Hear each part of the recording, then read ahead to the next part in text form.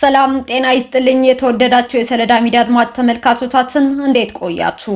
ለዕለቱ መራርጠን ወደ እናንተ ለማድረስ ያዘጋጀናቸው አዳዲስ ትኩስና ወቅታዊ መረጃዎችን ይዘን ቀርበናል። መረጃዎቻችን እየተከታተላችሁ እስከ ፕሮግራማችን ፍጻሜ ከኛ ጋር እንድትቆዩ ከወዲሁ በታላቅ አክብሮት ጋብዛለሁኝ።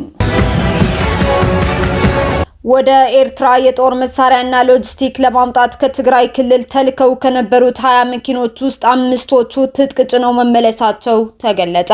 ጥር 27 2018 ዓ.ም ከትግራይ ክልል ከ20 በላይ የትራንስ ኢትዮጵያ መኪኖች የጦር መሳሪያና ሎጂስቲክ ለማምጣት ወደ ኤርትራ መላካቸው ዘግበን የነበረ መሆኑ የሚታወስ ሲሆን ከመኪኖቹ ውስጥ 5 መኪኖች አይነቱ ያልታወቀ የጦር መሳሪያ ጭነው በትናንትናው ዕለት ጥር 28 2018 ዓ.ም ወደ ትግራይ ክልል መመለሳቸው ተገልጿል። ህወሓት ከሻዕቢያ በውክልና የተቀበለው በኢትዮጵያ ጦርነት የመክፈት ዘመቻ ከጸለምት ሽንፈት በኋላ በራያና አፋር አካባቢ ጥቃት በመክፈት ለአዲስ ጦርነት እየተዘጋጀ መሆኑ ይታወቃል።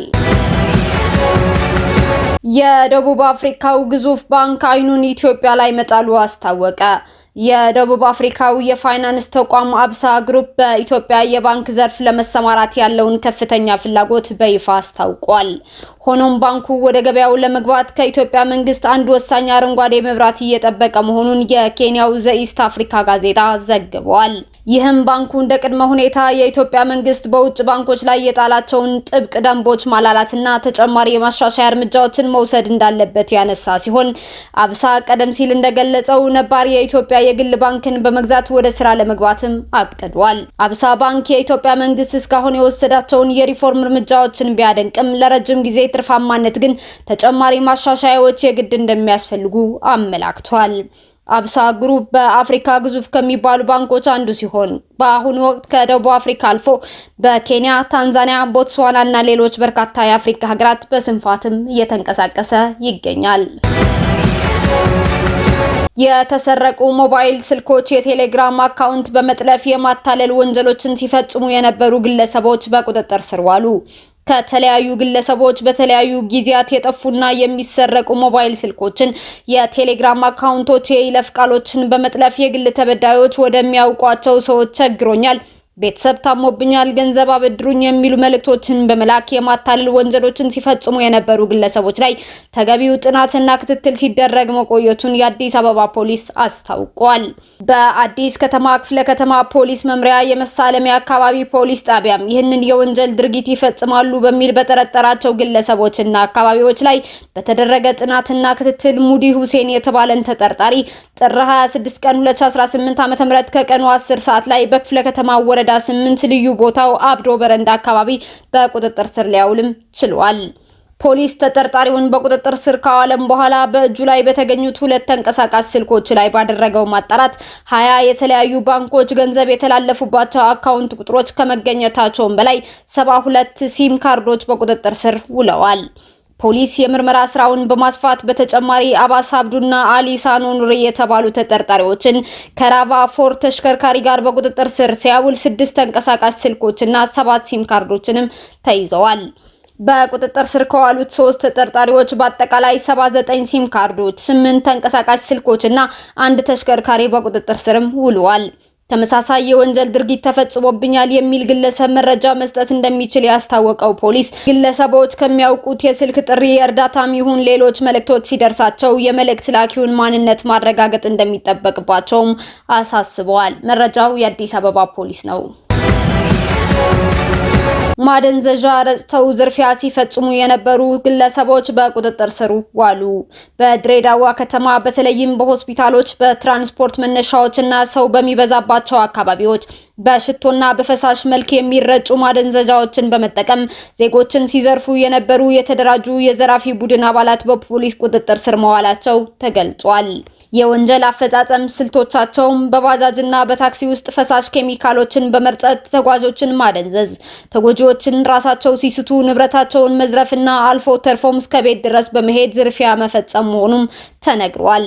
ፖሊስ ባደረገው ኦፕሬሽን ተጠርጣሪዎቹን ጨምሮ ለዝርፊያ የሚጠቀሙባቸውን ማደንዘዣዎች፣ የተዘረፉ ስልኮች፣ ጥሬ ገንዘብ፣ ወርቅና አንድ ተሽከርካሪ በቁጥጥር ስርም አውሏል። ከድሬዳዋ ፖሊስ የተላለፈ የጥንቃቄ መልእክትም በህዝብ ትራንስፖርትም ሆነ በመዝናኛ ቦታዎች ከማያውቁት ሰው የሚቀርብን ግብዣም ሆነ ሰላምታ በጥርጣሬ ይመልከቱ። በባጃጅ ውስጥ እንግዳ የሆኑ ሽታዎች ሲያጋጥሙ ወዲያውኑ ጥንቃቄ ያድርጉ። ማንኛውም አጠራጣሪ እንቅስቃሴ ሲመለከቱ በአቅራቢያው ለሚገኝ ጸጥታ አካላት ጥቆማ ይስጡ ሲል መልእክቱን አስተላልፏል። በድሬዳዋ ፖሊስ ጠቅላይ መምሪያ የወንጀል ምርመራ ዘርፍ የታክቲክ ምርመራ ዳይሬክተር ኢንስፔክተር ተመስገን ተሰማ ባስተላለፉት መልእክት ህብረተሰቡ የጉዳቱ ሰለባ ከመሆን ራሱ መጠበቅ አለበትም ብለዋል። ሂዩማን ራይትስ ዎች ትራምፕን ክፉኛ ነቀፈ። የሰብአዊ መብቶች ተሟጋች ድርጅት ሂዩማን ራይትስ ዎች ረቡዕ ዕለት ባወጣው ዓመታዊ ዓለም አቀፍ ሪፖርቱ የዩናይትድ ስቴትሱ ፕሬዝዳንት ዶናልድ ትራምፕ የሀገሪቱን የዲሞክራሲ ምሰሶዎች እየናዱ ነው ሲል አስጠንቅቋል። ድርጅቱ ለዚህ በምክንያትነት የጠቀሰው የሪፐብሊካኑ ፕሬዝዳንት በስደተኞች ላይ የወሰዱትን ጠንካራ እርምጃ፣ በምርጫ መብቶች ላይ የተጋረጡ ዛቻዎችና ሌሎች ፖሊሲዎቻቸውን አንስቷል።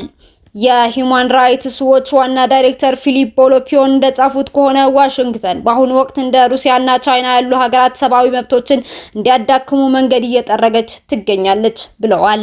ቦሎፒዮን ለጋዜጠኞች ሲናገሩ በአሜሪካ ውስጥ እጅግ ጠላትነት የነገሰበት አካባቢና የዲሞክራሲ ጥራት በከፍተኛ ፍጥነት እየቀነሰ መሆኑን እያየን ነውም ብለዋል። በተጨማሪም ዳይሬክተሩ በሪፖርት ላይ እንደገለጹት የትራምፕ አስተዳደር በዘረኝነት ላይ በተመሰረቱ አመለካከቶች ላይ የሚደገፍና ከነጭ ብሔርተኝነት አስተሳሰብ ጋር የሚገጣጠሙ ፖሊሲዎችንና ንግግሮችን የሚያራምድ ነው ሲሉ ከሰዋል።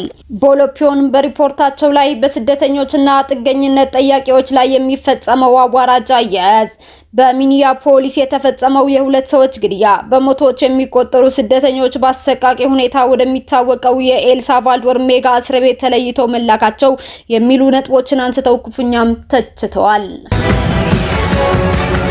የዩክሬኑ ፕሬዝዳንት ቮሎዲሚር ዘለንስኪ ከሩሲያ ጋር በተደረገው ጦርነት 55,000 ወታደሮቻቸው ህይወታቸው ማለፉን አስታወቁ። በ4 ዓመቱ ጦርነት 55,000 ወታደሮች ለሀገራቸው መስዋዕትነት ከፍለዋል ሲሉ ዘለንስኪ ተናግረዋል። ዘለንስኪ ይህንን ቁጥር ይፋ ያደረጉት የአሜሪካ አደራዳሪዎች የሁለት ቀናቱ የአቡዳቢ ውይይት ጥልቅና ውጤታማ መሆኑን ከገለጹ በኋላ ነው። ዘለንስኪ በ4 ዓመቱ ጦርነት በርካታ የዩክሬን ዜጎች መጥፋታቸውንም ከፈረንሳይ ሚዲያዎች ጋር በነበራቸው ቆይታ ከመናገርም አልሸሸጉም። ባለፈው ዓመት በፈረንጆቹ 2025 ከሩሲያ ጋር ሲዋጉ ህይወታቸው ያለፈ የዩክሬን ወታደሮች ቁጥር 46,000 እንደነበር መናገራቸው ይታወሳል። የተለያዩ ጥናቶች እንደሚያሳዩት ግን በጦርነቱ ህይወታቸው ያለፈው የዩክሬን ወታደሮች ከ140,000 በላይ ነው ሲሉ የዘለንስኪ መረጃን ውድቅ አድርገውታል። በሩሲያ በኩል ደግሞ 325,000 ወታደሮች እስካሁን ድረስ በዩክሬን ጦርነት ህይወታቸው ማለፉ መረጃዎች ቢያመላክቱም ሞስኮ ግን በጉዳይ ላይ አስተያየት ከመስጠትም ተቆጥባለች። እስካሁን አብራችሁን ከኛ ጋር ስለነበራችሁ እያመሰገንኩኝ በሌሎች መረጃዎች እስክንመለስ እንደተለመደው የሶለዳ ሚዲያ ቤተሰብ በመሆን ላይክ፣ ሼር፣ ሰብስክራይብ ማድረጋችሁን አትርሱ። አዳዲስ ትኩስና ወቅታዊ መረጃዎቻችን በቶሎ እንዲደርሷችሁ የደወል ምልክቷን ይጫኑ። ስኬት፣ ድልና ሰላም ለኢትዮጵያውያን። ሶለዳ ሚዲያ